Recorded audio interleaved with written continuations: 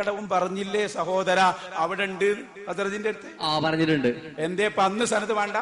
പക്ഷെ അമ്പലക്കടവ് പറഞ്ഞ മുടി നിങ്ങളെ കാന്തപുര ഉസ്താദിന്റെ മോനെ ഇറക്കിയ ഒരു പുസ്തകം അല്ല, ഇത് അമ്പലക്കടവ് അന്നുണ്ട് പറഞ്ഞപ്പോ സനത് നോക്കിയിട്ടാണോ പറഞ്ഞത്? അമ്പലക്കടവ് ഉണ്ട് എന്ന് പറഞ്ഞ ഒരു സഹോദരൻ അവിടെ ഫൈസി സഹോദരൻ പറഞ്ഞ അടിസ്ഥാനത്തിലാണ്. അപ്പൊ സനത് നോക്കിയിട്ടല്ല. സനത് നോക്കാതെ എങ്ങനെ നബിന്റെ മുടി ഉണ്ട് എന്ന് പറയല്? മുടി ഉണ്ട് എന്ന് പറഞ്ഞിട്ടില്ല. പറഞ്ഞിട്ടുണ്ട്. കൊണ്ടുവാ അമ്പലക്കടവിനെ കൊണ്ടുവാ. 25 എടുക്ക്. അതാ എല്ലാരും ഉണ്ട് എന്ന് പറഞ്ഞിട്ടുണ്ട്. ഇതാ കേട്ടോളൂ. ലാസ്റ്റ് ഇൻ കേട്ടോ. നിങ്ങളൊക്കെ ഞങ്ങൾ പഠിപ്പിച്ചല്ലേ വിടുള്ളൂ. അമ്പലക്കടവ് ഉണ്ട് എന്ന് പറഞ്ഞിട്ടില്ല കേട്ടോ. ഒന്നുകൂടി ൊരു വലിയ ചെമ്പിൽ ആ മുടിയൊന്ന് മുക്കി അതങ്ങനെ തന്നെ കൊണ്ടുപോയി സൂക്ഷിച്ചു വെക്കുന്ന ഈ മുടിയിട്ട വെള്ളം ജനങ്ങൾ ബറക്കത്തിന് കൊണ്ടുപോകുന്ന സംവിധാനം അറിയപ്പെട്ടതാണ്. കേരളത്തിൽ അബുദാബിയിൽ ഷെയ്ഖ് ഹസ്റജി ഉണ്ട്. അബുദാബിയുടെ മുൻ മതകാര്യ വകുപ്പ് മന്ത്രി, യുഎയുടെ മന്ത്രി. അദ്ദേഹം ഹസ്റജി കുടുംബമാണ്. അൻസാരികളായ സ്വഹാബി പരമ്പരയിൽപ്പെട്ട മഹാനാണ്. മാപ്പ് പറയണം. നിങ്ങൾ മാപ്പ് പറയാൻ തയ്യാറുണ്ടോ? ഇല്ല, പറയാൻ തയ്യാറില്ല. പറയില്ല. അതല്ല, നിങ്ങൾ വെല്ലുവിളികൾ ഒരുപാട് കാര്യമില്ല. ഒരു മിനിറ്റ്, നിങ്ങൾ പറഞ്ഞത് കളവാ നിങ്ങൾക്ക് ബോധ്യപ്പെട്ടില്ല. അതിന് ശേഷം പറയുന്നത് കേക്കി. എന്താ രാവിന്റെ അന്നും പ്രത്യേകം പുറത്തെടുക്കാറുണ്ട് എന്ന് അവിടെയുള്ള രേഖകൾ ചൂണ്ടിക്കാണിക്കുന്നു. ഇങ്ങനെ വേൾഡിൽ അറിയപ്പെട്ട സ്ഥലങ്ങളിൽ വളരെ പാവനമായി, വളരെ ആധികാരികമായി പ്രബലമായ കുടുംബങ്ങളോ ഔദ്യോഗിക തലത്തിൽ ഗവൺമെന്റ് സംവിധാനത്തോടെയോ അത് സൂക്ഷിച്ചു വരുന്നു എന്ന യാഥാർത്ഥ്യം നമ്മൾ നിഷേധിക്കുന്നില്ല. അത് വല്ലാത്ത പുണ്യവുമുണ്ട്. പക്ഷെ ഇനി കേൾക്കണം. ഇപ്പൊ ബോധ്യപ്പെട്ടോ? കളമാന്ന് ബോധ്യപ്പെട്ടോ? ഇത് ബോധ്യപ്പെട്ടില്ല. പടച്ചോനെ, ഇതിനിപ്പോ കബറിലെത്തിയാലേ ബോധ്യപ്പെടുള്ളൂ. ഇനി കേൾപ്പിക്കണോ?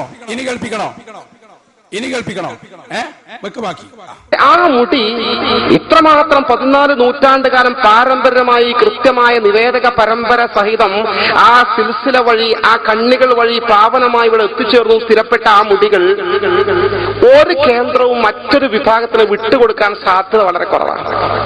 എത്ര കാശ് കൊടുത്താലും ശരി. പിന്നെ കാന്തപുരം അബൂബക്കർ മുസ്ലിയുടെ കയ്യിൽ ധാരാളം പണമുണ്ട്. മനസ്സിലാവില്ല. എന്ത് മനസ്സിലായി? ഞാൻ പറയാം. അതായത് കാശ് കൊടുത്താല് മറ്റൊരു കേന്ദ്രത്തിനും വിട്ടുകൊടുക്കാൻ തയ്യാറാവൂല എന്നാ പറഞ്ഞത്. അതിന് മുമ്പ് തന്നെയല്ലേ പറഞ്ഞേ? അല്ല, ഹസ്റജിന്റെ അടുത്ത് മുടി ഉണ്ട്. പക്ഷെ അത് എങ്ങനത്തെ മുടിയാന്ന് വാക്ക് പറയട്ടെ. എങ്ങനത്തെ മുടിയാണെന്ന് പറഞ്ഞാല് റസൂലുള്ളാഹിന്റെ മുടി 1 മീറ്ററോളം വലുപ്പമുള്ള മുടി. അല്ല, ഇത്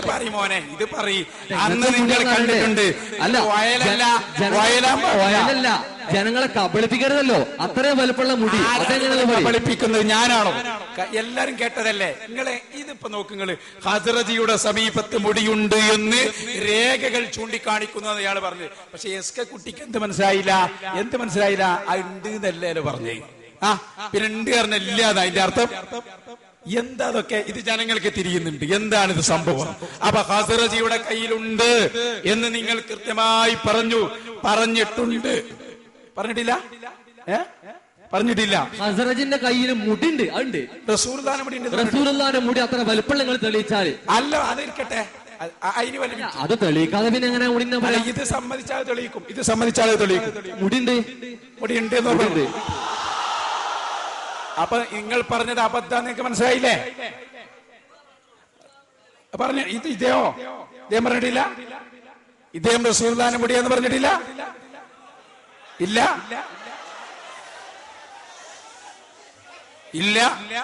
എല്ലാരും ഇരുന്നോ? ഇല്ല. ഇതൊക്കെ ജനങ്ങൾ കാണണം. ഇത്ര പച്ച മലയാളത്തിൽ പറഞ്ഞിട്ടും ഇവർക്കിത് സ്വീകാര്യമല്ലാത്ത. ഇനി ആ കുട്ടികനോട് അതിന്റെ അടിയിൽ ഒരു സന്തോഷ വാർത്ത ഉണ്ട്. നമ്മളെ ഇത്തിഹാദ് ഫ്ലൈറ്റിന് നാളെ രാവിലെ 4:30 അമ്പലക്കടവിന് വേണ്ടിയിട്ട് ഒരു ടിക്കറ്റ് നമ്മൾ ബുക്ക് ചെയ്തിരിക്കുന്നു. ഇനി ഗൾഫിൽ നിന്ന് വന്നാണ് ടിക്കറ്റ് ഫ്രീ. അമ്പലക്കടവ് കയറുമോ എന്ന് ഞങ്ങൾ കയറ്റിയില്ലെങ്കിൽ ആദർശത്തിന്റെ മുന്നിൽ ഞങ്ങൾ കയറ്റം കൂട്ടോ. ഇനി 4:40 നമ്മൾ കാത്തിരിക്കുന്നു. അമ്പലക്കടവ് പോകുന്നില്ലെങ്കിൽ ഇൻഷാ അല്ലാഹ് ബാക്കി ഞങ്ങൾ പിന്നീട് കാണിച്ചു തരാം. ഇരിക്കട്ടെ സഹോദര. പറഞ്ഞു ഇത് പ്രസക്തമായ ഭാഗം പറയണ്ട. അതാ ഞങ്ങൾ പറഞ്ഞതിനോട് അനുഭവിച്ചൊരു സംശയമാണ്. പറഞ്ഞു. ഈ അമ്പലക്കടവ് ഉസ്താദിന് പേരോട് ഫോൺ ചെയ്ത് പറഞ്ഞതാണ്. ഇങ്ങനെ 2 മധ്യസ്ഥന്മാരെ നിർത്തിയിട്ടുണ്ട്. ഇല്ല, ഫോൺ ചെയ്ത് പറഞ്ഞിട്ടില്ല. മുനവർ അലി ശിഹാബ് തങ്ങളെ കുഞ്ഞാലിക്കുട്ടിനെ ഫോൺ ചെയ്ത് വിളിച്ചിട്ടുണ്ട്. പറഞ്ഞിട്ടില്ല. അപ്പൊ അമ്പലക്കടവ് ഫോൺ കുഞ്ഞാലിക്കുട്ടി ചെയ്ത് പറഞ്ഞിട്ടില്ല. പറഞ്ഞിട്ടുണ്ട്. മുനവർ അലി തങ്ങൾക്ക് വിളിച്ചു. അപ്പൊ അവര് പറഞ്ഞു ഞങ്ങൾ ഇങ്ങനെ ഒരു സംഭവം അറിയില്ല. അങ്ങനെ മധ്യസ്ഥന്മാര് മുഖേന അബുദാബിക്ക് പോകാനാണ് അന്നും ഇന്നും എന്നും ഞങ്ങൾ പറഞ്ഞത്. അതിന് നിങ്ങൾ തയ്യാറുണ്ടെങ്കിൽ ഞങ്ങൾ റെഡിയാണ്. അല്ലാതെ അമ്പലക്കടവിന് മാത്രം എത്തിയാതെ ഒന്നും നിങ്ങൾ ബുക്ക് ചെയ്യും പറയാനുള്ളൂ. ബുക്ക് ചെയ്തൊരു കാര്യമില്ല, എനിക്കറിയാം. അത് ഞങ്ങൾ ബുക്ക് ചെയ്ത് തന്നെ ഇരിക്കട്ടെ. പക്ഷെ അയാൾ പറഞ്ഞു, നേരത്തെയുള്ള SKSF-കാരൻ നേതാവ് എന്താ പറഞ്ഞു അറിയോ? ഞങ്ങൾക്ക് തങ്ങന്മാരും കിട്ടും, ഞങ്ങൾ വിളിച്ചാൽ തങ്ങന്മാര് പോരും ചെയ്യും. അപ്പൊ നിങ്ങൾ ആ വാക്ക് എന്ത് ചെയ്യണം? അത് അംഗീകരിക്കുകയാണ് വേണ്ടത് എന്നാണ് പറയാനുള്ളത്. വായിക്കൂല അതന്നെ. എന്നാ കേട്ടോ, ഇതാ കിതാബ് കെട്ടന്നെ മടക്കി. ഇനി നീളണ്ട 110 110 സക്കരിയ സലായി വളരലുമായി ബന്ധപ്പെട്ടിട്ട് കൊല്ലം കുറേശ്ശെ വളരുന്നുണ്ട്. റസൂൽ ഹജ്ജത്തുൽ വിദായിൽ കൊടുത്തതിന് ശേഷം കഴിഞ്ഞ 1400 കൊല്ലമായി റസൂൽ മുടി വളർന്നുകൊണ്ടിരിക്കുന്നു.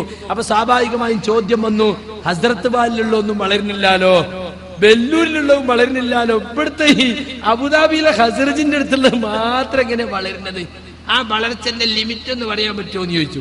നിങ്ങൾ നോക്കി, 1/2 സെന്റിമീറ്റർ ഒരു കൊല്ലം കൊണ്ട് വളർന്ന 1400 കൊല്ലം കൊണ്ട് 700 മീറ്റർ വളരണം അല്ലേ? 1/4 സെന്റിമീറ്റർ ആകുമ്പോ 350 മീറ്റർ വളരണം. വേണ്ടേ? ഉണ്ടോ? അല്ല, 3.5 മീറ്റർ. നല്ല 2 വിഷയ പറഞ്ഞു. ഒന്ന്, ഈ മുടി വളരുന്നുണ്ടെങ്കിൽ മറ്റു മുടിയും വളരണ്ടേ. രണ്ടാമത്തെ ചോദ്യം, 1/2 മീറ്ററെങ്കിലും വളർന്ന 350 സെന്റിമീറ്റർ അല്ലെങ്കിൽ 700 സെന്റിമീറ്റർ ഓരോ കൊല്ലും വളരണ്ടേ. ഞാൻ ചോദിക്കട്ടെ, സക്കരിയ സലായി, നിങ്ങളെ ഉമ്മ നിങ്ങളെ പ്രസവിച്ച അന്ന് എത്ര വലിപ്പുണ്ടായിരുന്നു? നിങ്ങള് ഒരു കൊല്ലം കൊണ്ട് നിങ്ങൾ എത്ര വളർന്നു? ആ വളർച്ച എല്ലാ കൊല്ലവും ഉണ്ടായിരുന്നുവെങ്കിൽ നിങ്ങളൊരു ദജ്ജാലിനെ പോലെ ഉണ്ടാവൂലേ? നിങ്ങൾ പറയണം, ഉണ്ടാവൂലേ? എന്താ ഈ പോയത്തം പറയുന്നത്? ഒരു 100 വയസ്സുള്ള ആള് എല്ലാ കൊല്ലവും ഒരുപോലെ വളരാ, അതിൽ ആകാശം മുട്ടൂലേ? പിന്നെ വേറെ പോയത്തെന്താ? ഒരു മുടി അപ്പുറത്തെ മുടി വളരും. അങ്ങനെ ഇല്ല. മുഅ്ജിസത്ത് എന്ന് പറഞ്ഞാൽ ഒരു സ്ഥലത്തുള്ളത് കൊണ്ട് അപ്പുറത്ത് ഉണ്ടാകണമെന്നില്ല. നിബിതങ്ങൾ ഒരു യാത്രയിൽ വെള്ളമില്ലാതെയായി തയമ്മും ചെയ്തു, വേറെ വെള്ളമില്ലാതെയായി. അന്ന് റസൂലുള്ളാഹി വെള്ളം പുറപ്പെടുവിച്ചു. രണ്ടും എതിരല്ല. മനസ്സിലായില്ല വിഷയം? നമ്മുടെ നിയമപാലകര് അൽഹംദുലില്ലാ ഇതുവരെ നമുക്ക് സൗകര്യം ചെയ്തു തന്നു. അതുകൊണ്ട് നമ്മൾ അവരെ അംഗീകരിക്കുന്നു. ഇനി ഇതിന്റെ സമാപന പ്രഭാഷണം ദുആവും ഫൈസൽ ഹസനി നിർവഹിക്കും. ഇനി 4:40 നമ്മൾ കാത്തിരിക്കുന്നു.